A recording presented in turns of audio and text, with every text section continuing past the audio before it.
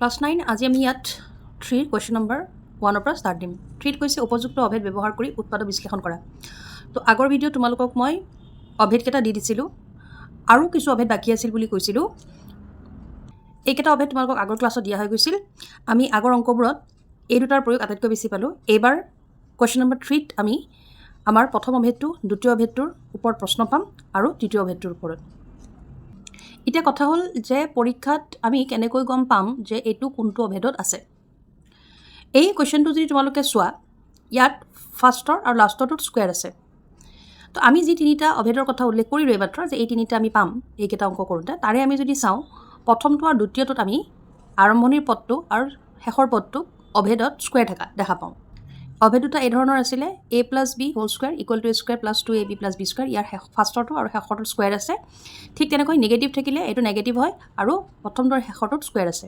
যিটো তৃতীয় অভেদ আছে তাৰ ৰূপটো আছিল এনেকুৱা। তো এই তিনিটা প্ৰশ্নৰ পৰা স্পষ্টকৈ আমি গম পাইছোঁ যে এইটোতো আমাক দিয়া প্ৰশ্নটো এইটো অভেদত হ'বই নোৱাৰে। এই দুটা অভেদৰ যদি ক্ষেত্ৰত যাওঁ তেতিয়া আমি দেখিছোঁ যে ইয়াৰ প্ৰথমটো শেষৰটো ইয়াৰো এই বৰ্গত আছে, হ'ব পাৰে, সম্ভাৱনাটো আমাৰ অলপ অলপ হৈ আহিছে। এতিয়া চোৱা, ইয়াত গোটেইকেইটা পজিটিভ হয়। এই দুটা প্ৰশ্নৰ বা এই দুটা সূত্ৰৰ কোনটোত গোটেইকেইটা পজিটিভ? প্ৰথমটোত গোটেইকেইটা পজিটিভ, তাৰমানে আমি চিয়'ৰ হ'লোঁ যে এই প্ৰশ্নটো আমাৰ এই অভেদটো প্ৰয়োগ কৰি এই সূত্ৰটো প্ৰয়োগ কৰি পেলাই আমি কৰিব লাগিব। এতিয়া আমি সমাধানত প্ৰথমতে কি কৰিব লাগিব? এই পদটোৰ বি পদটো বিচাৰিম, কাৰণ এই পদটোৰ বি পদটো পালে আমি গোটেই ফৰ্মুলাটো ভাঙি দিব পাৰোঁ। এই পদটো মানে কি? প্ৰথমটোৰ স্কুৱেৰ। আচ্ছা, প্ৰথমটোৰ যেতিয়া স্কুৱেৰত আমি দেখিছোঁ 9 আছে আৰু x স্কুৱেৰ। স্কুৱেৰ মানে কি 9ৰ স্কুৱেৰ লিখিব লাগিব নেকি? তেনেকুৱা নহয়। আমি ইয়াত এই প্ৰশ্নটোত এইফালৰ পৰা মানে সোঁফালৰ পৰা বাওঁফাললৈ যাম। গতিকে ইয়াত তোমাৰ বৰ্গ হোৱাৰ পিছৰখিনি লিখা যায় আৰু ইয়াত বৰ্গ হ'লে কি হ'ব সেইটো দেখুওৱা যায়। গতিকে ই অলৰেডি বৰ্গ হৈ আছে। তো 9 কাৰ বৰ্গ আমি সেইটো জানিব লাগিব। 9 কাৰ বৰ্গ হয়?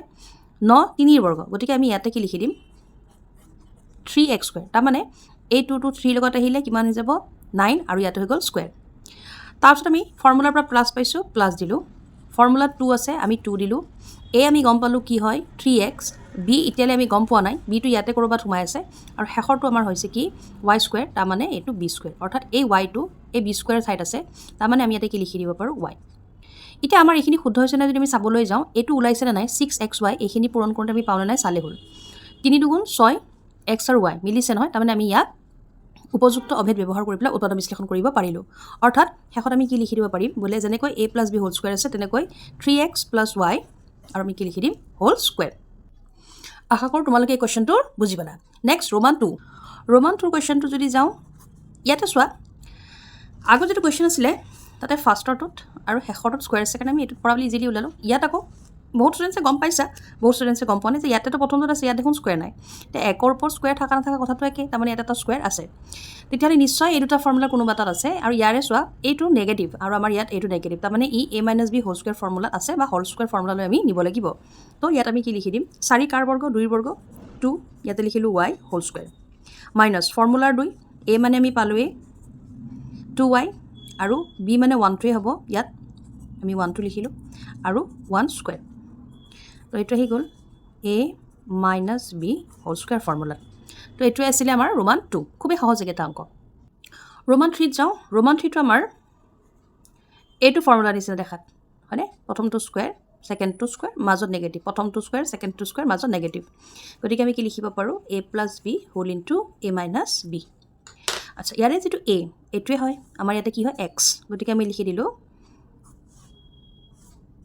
x প্লাছ b এইটো।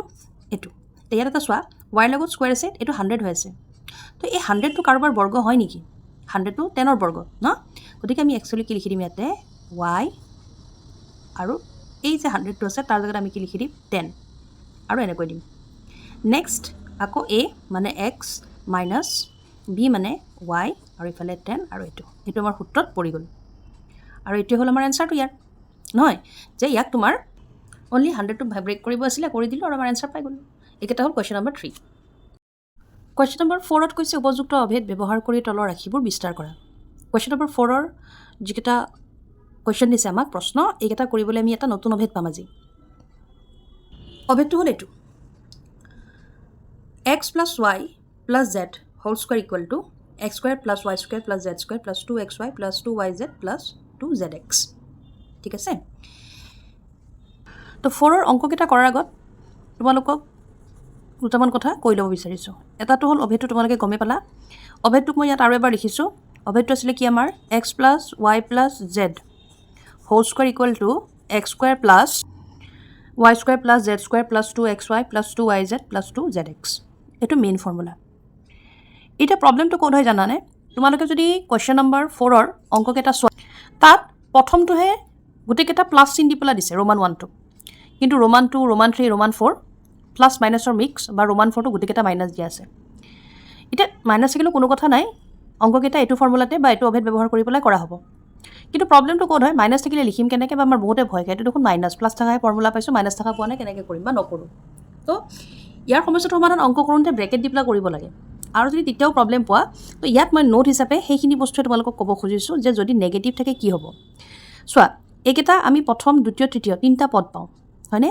যদি এক্সটো আমাৰ নেগেটিভ হয়, এক্সটোত যদি মাইনাছ থাকে, যদি মাইনাছ এক্স হয়, কি ক'লোঁ? যদি মাইনাছ এক্স হয়, তো এই যে প্ৰথমটো তাত তোমালোকে মাইনাছ দি লিখিব লাগিব, ঠিক আছে?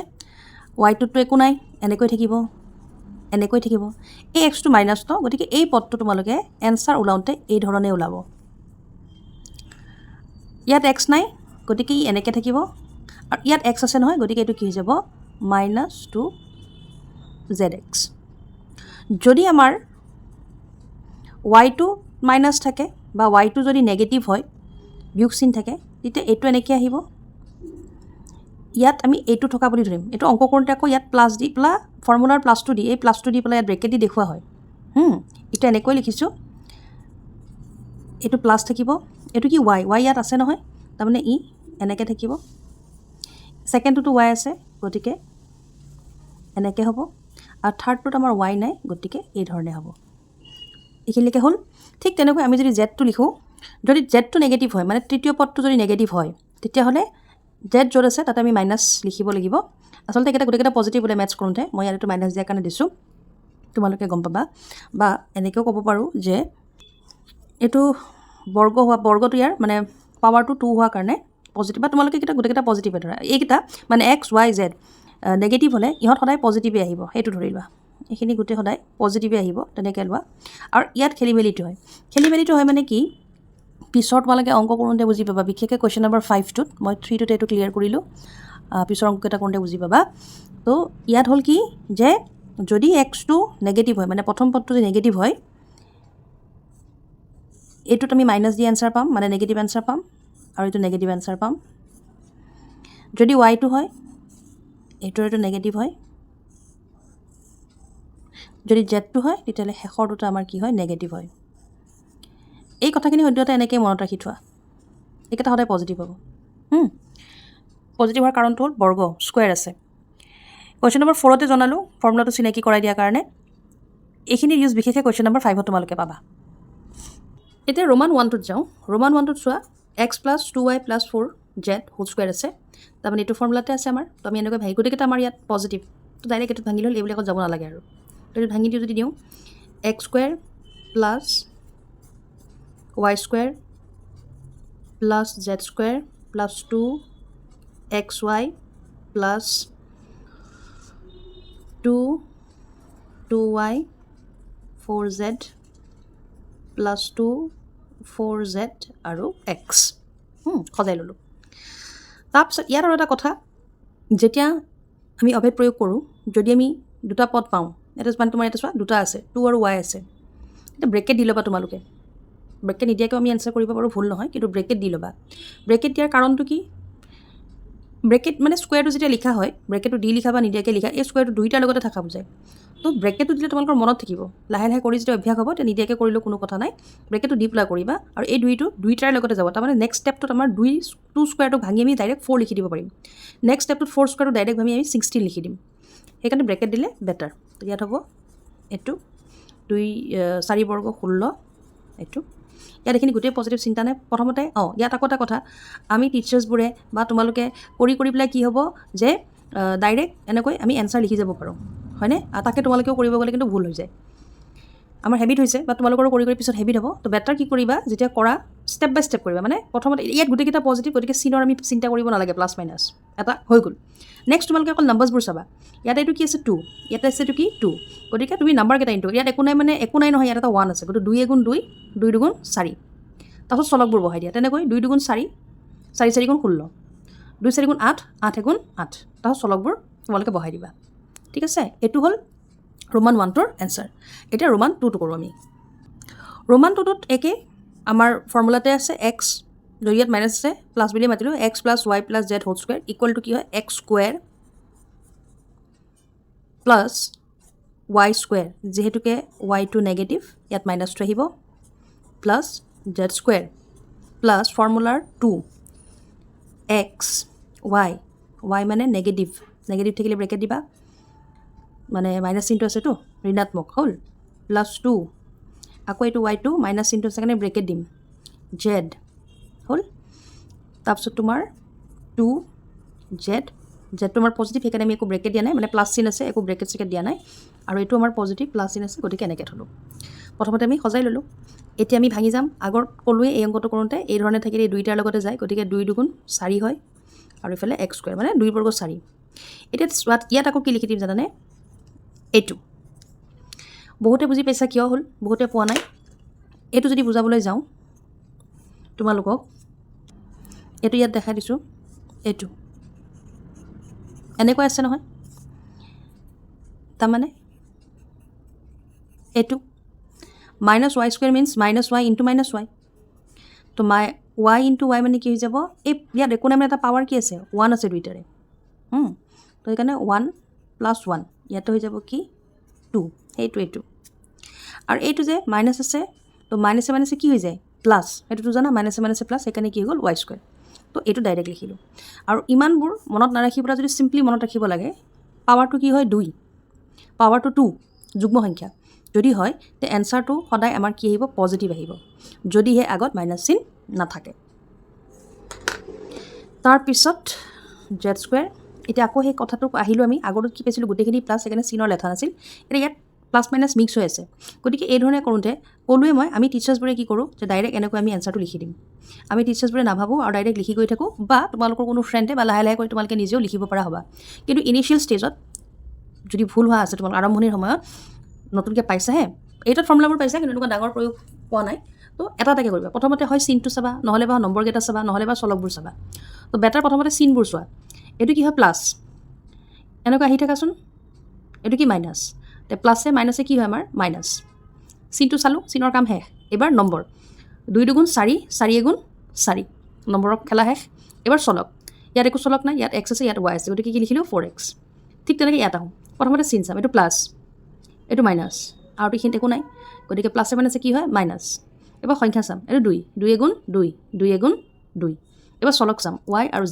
জেড লিখি দিলোঁ ঠিক তেনেকৈ এইটো যদি কৰিবলৈ যাওঁ এইটো প্লাছ আৰু একো চিন নাই তাৰমানে মই কি দিম প্লাছ তাৰ সংখ্যা চাম 2 এগুণ 2 দুগুণ 4 তাৰপিছত চলক চাম জেড আৰু এক্স ইয়াতে লিখি দিম জেড আৰু ইয়াতে লিখি দিম এক্স আৰু এইটো হ'ল আমাৰ ইয়াৰ এনচাৰটো এইবাৰ ৰোমান 3 একে হয় ফৰ্মুলাটো তোমালোকে গমেই পালা প্ৰয়োগ কেনেকৈ কৰিব লাগিব সেইটো গমেই পালা এতিয়া আমাৰ প্ৰথম পদটো ইয়াত নেগেটিভ গতিকে নেগেটিভ আছে মানে কি আমি ব্ৰেকেট দিম আৰু এইটো আমাৰ x plus y plus z whole square ফৰ্মুলাত আছে গতিকে x square plus y square plus z square plus 2x মানে আমাৰ প্ৰথমটো মাইনাছ আছে কাৰণে ব্ৰেকেট দিম বুলি ক'লোঁ তাৰপিছত ৱাই আহিব 2y জেড তাৰপিছত আকৌ 2 আৰু ইয়াত হ'ব তোমাৰ জেড আৰু প্ৰথমটো যিহেতুকে আমাৰ এক্সটো আকৌ ইয়াত আমি লিখিব লাগিব আৰু এক্সটো নেগেটিভ গতিকে আমি এনেকৈ ব্ৰেকেট দি দেখাম ঠিক আছে এতিয়া আৰু নেক্সট টাইম ভাঙি দিলে হ'ল আৰু অলৰেডি তোমালোকক ক'লোঁ যে পাৱাৰটো যদি 2 হয় আগত যি চিনে নাথাকক মানে নেগেটিভ থাকিলেতো পজিটিভ হৈ যায় যদিহে ব্ৰেকেটৰ বাহিৰত মাইনাছ চিন নাথাকে যদি মাইনাছ থাকেতো বেলেগ হৈ যাব তেতিয়া নেগেটিভ আহিব কিন্তু ইয়াত আমাৰ ফ্ৰণ্টত একো নাই মানে আমি সদায় প্লাছ থাকে বুলি ধৰোঁ তো ইয়াত এনচাৰটো হৈ যাব আমাৰ কি 2 দুগুণ 4 আৰু এইটো বাকী ইয়াত পজিটিভখিনি গতিকে 3 বৰ্গ বা 3 কাৰ বৰ্গ নট ইয়াত আহিব এইটো 2 বৰ্গ হৈ যায় আমাৰ 4 এইটো ধৰণে আহিলে এইখিনি ষ্টেপ আহোঁতে কৈছিলোঁ যে তোমালোকে এটা কৈ কৰিবা প্ৰথমতে চিনবোৰ তাৰপিছত সংখ্যাবোৰ তাৰপিছত চলকবোৰ উল্টা উল্টাকৈ কৰিলে একো কথা নাই, বাট এটা এটাকৈ কৰিবা। তো প্ৰথমতে আমি চিনবোৰ যদি চাওঁ, ইয়াৰ পৰা আমি ইয়ালৈকে আহিম। তো চিন চাওঁ, ইয়াতে প্লাছ, এইটো মাইনাছ। তো ইয়াৰ পৰা ইয়ালৈকে অকল প্লাছ আৰু মাইনাছ পাইছোঁ আমি, মানে ইয়াতো প্লাছ আছে, বাট প্লাছ মাইনাছ দেখিছোঁ। তো প্লাছে মাইনাছে কি হয়, মাইনাছ। সংখ্যাবোৰ চাম, 2 2 4, 4 3 12 আৰু XY। আকৌ ইয়াৰ পৰা ইয়ালৈকে যদি আহোঁ, একোৱে বেলেগ চিন দেখা নাই, অকল প্লাছটো দেখিছোঁ, গতিকে গোটেইখিনি পজিটিভ হ'ব। 2 3 6, 6 2 12, এইটো হ'ল। তাৰপিছত ইয়াৰ পৰা ইয়ালৈকে যদি এডাল মাইনাছ আছে, এইটো প্লাছ আছে, মানে প্লাছে মাইনাছে আমি মাইনাছ লিখিব পাৰোঁ। আৰু 2 2 4, 4 2 8 হৈ গ'ল। আৰু ইয়াতে আছে আমাৰ ZX লিখা বা XZ লিখা, কথাটো একেটাই, একো ভুল নহয়, হ'ল।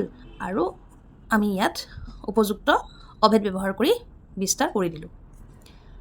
ৰোমান 3, ৰোমান 3টো একেধৰণেই যায়, তোমালোকে নিজে কৰিবলৈ চেষ্টা কৰিবা। য'ত য'ত ব্ৰেকেট দেখিছা, য'ত য'ত মাইনাছ আছে তাত ব্ৰেকেট লগাই পেলাই কৰিবা, নিশ্চয় পাৰিবা। ৰোমান 5টো একে হয়, ৰোমান 5টো তোমালোকলৈ থ'লোঁ, যিটো কুৱেশ্যন নম্বৰ 5 হয় আমাৰ। এইটো একে, এইটো একো ভয় খাব লগা নাই। আৰু আচলতে তোমালোকে যদি ভালকৈ চোৱা, অকল এই মাইনাছৰ কাৰণে গণ্ডগোল লাগিছে, বাকী ফৰ্মুলাতে আছে, য'ত য'ত মাইনাছ দেখা ব্ৰেকেট দি দিবা আৰু কৰিবা। এই দুটা তোমালোকে নিজে কৰা বুলি এৰিলোঁ, হোমৱৰ্ক হিচাপে দিলোঁ, কৰিবা। এতিয়া প্ৰব্লেমটো হ'ল, তোমালোকৰ প্ৰত্যেকে বা মেক্সিমামেই ৰোমান 6টো দেখিয়ে নকৰোঁ বা ভয় খাবা। তো ৰোমান 6টো আমি কৰোঁ আহা, কি দিছে চাওঁ। প্লাছ মাইনাছৰ অকণমান বুজি পাইছিলোঁহে, এইবাৰ আকৌ কি দিলে, কুৱেশ্যনটো ভগ্নাংশ দি দিলে নহয় বাৰু। ভগ্নাংশ দিছে যদি একো ভয় খাব নাই। এই প্ৰশ্নটো প্ৰথম কথা হ'ল, লিখা ধৰণটোত আধাতকৈ বেছি ল'ৰা ছোৱালীয়ে ভয় খায়, এইটো কি লিখিছে। ইয়াক তোমালোকে যদি এনেকৈ দিগদাৰ পাইছা, ইয়াক যদি তোমালোকে এই ধৰণে লিখি লোৱা, একোৱেই ভুল নহয়, হ'ল। লিখা ধৰণটোত ভয় খোৱাটো, তো এই লিখা ধৰণটোক আমি সলনি কৰিলোঁ। আচলতে ইয়াতে কি হৈছে, যিটো দিছে এনেকৈ যে দিছে, ইয়াত এইটো হ'ল আৰু এইটো হ'ল। কোনো এটা সংখ্যাৰ তলত একো নাই, মানে আমি কি থকা ধৰোঁ, 1 থকা ধৰোঁ। গতিকে ইয়াক যদি পূৰণ কৰোঁ, 4 এগুণ কিমান হৈ যাব, 4, আৰু A এগুণ A।